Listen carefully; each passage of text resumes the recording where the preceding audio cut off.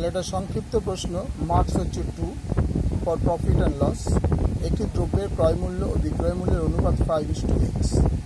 তার মানে ক্রয় মূল্য 5, বিক্রয় মূল্য x। এবার 20% লাভ হলে x এর মান কত? মনে করি ক্রয় মূল্য 100 টাকা, তাই বিক্রয় মূল্য হবে 100 প্লাস 20, যেহেতু 20% লাভ, 100 বাই প্লাস 20 ইকুয়াল টু 120 টাকা। সুতরাং ক্রয় মূল্য বাই বিক্রয় মূল্য ইকুয়াল টু 5/x,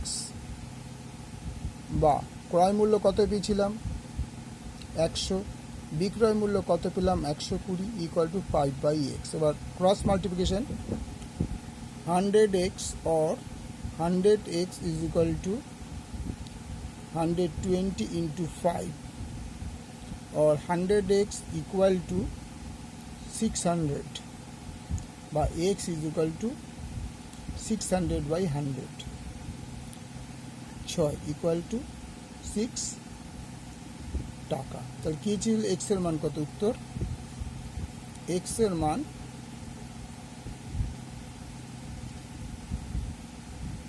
6 টাকা।